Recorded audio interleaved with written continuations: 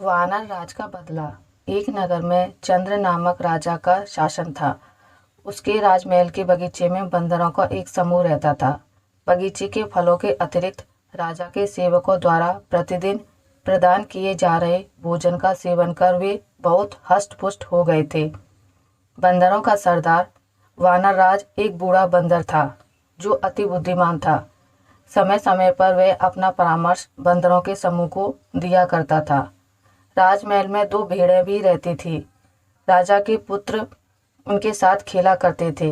दो भेड़ों में से एक भेड़ बहुत चटोरी थी। जब मन करता वह रसोई घर में घुस जाती और वहाँ खाने की जो भी चीजें पाती खा जाती। रसोइया भेड़ की इस हरकत पर बहुत क्रोधित होता और जो हाथ में आता वह वस्तु फेंककर उसे मारता। एक दिन वानर राज ने रसोइये को भेड़ को एक बर्तन फेंककर मारते हुए देखा। वह सोचने लगा कहीं रसोइये और भेड़ की यह तनातनी बंदरों के विनाश का कारण न बन जाए।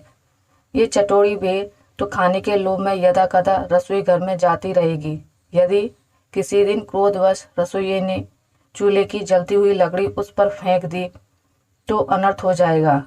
भेड़ का उनसे ढका शरीर आग पकड़ लेगा। भागते हुए भेड़ अस्तबल पहुंच गई तो सूखी घास से भरा अस्तबल धधक उठेगा। घोड़े जल जाएंगे और फिर वही बंदरों का काल बनेंगे। यह विचार मस्तिष्क में आते ही वानर राज ने अपने समूह की सभा बुलाई और अपना संदेश जारी किया।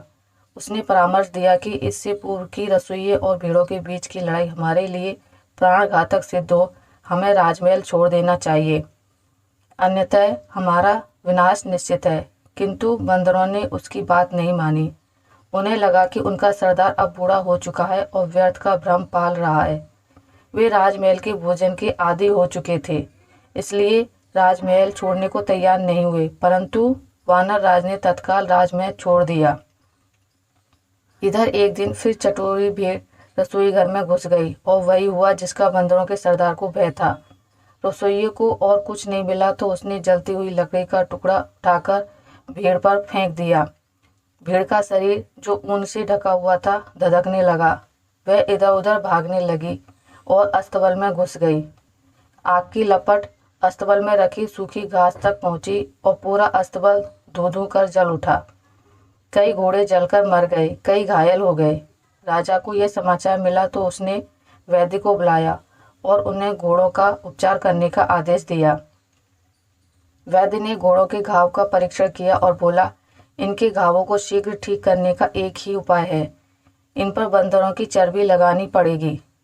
राजा ने सैनिकों को आदेश दिया कि जो भी बंदर दिखे तो मारकर उसकी चर्बी घोड़ों के उपचार के लिए लाई जाए। राजमहल के सारे बंदर मार दिए गए। जब वानर राज तक यह बात पहुंची तो वह बहुत दुखी हुआ। उसके मन में प्रतिशोध की ज्वाला धधक उठी, किंतु वह अकेला था।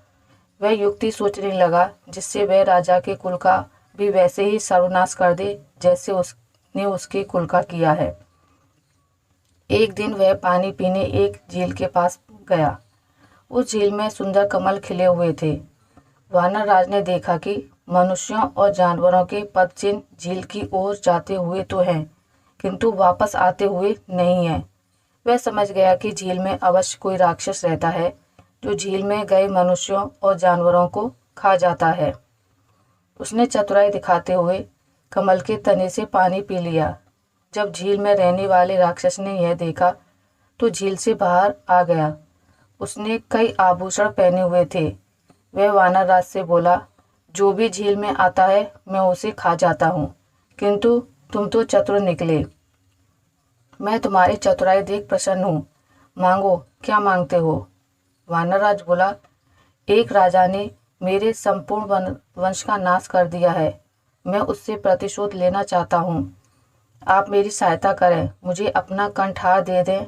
मैं आपको वचन देता हूँ कि मैं आपके आहार के लिए राजा और उसके अनुचरों को इस झील में लाऊंगा। राक्षस ने वानरराज को कंठार दिया। वह हार पहनकर बंदरों के सरदार के नगर पहुंचा। वह वहां एक पेड़ से दूसरे पेड़ पर झूलने लगा।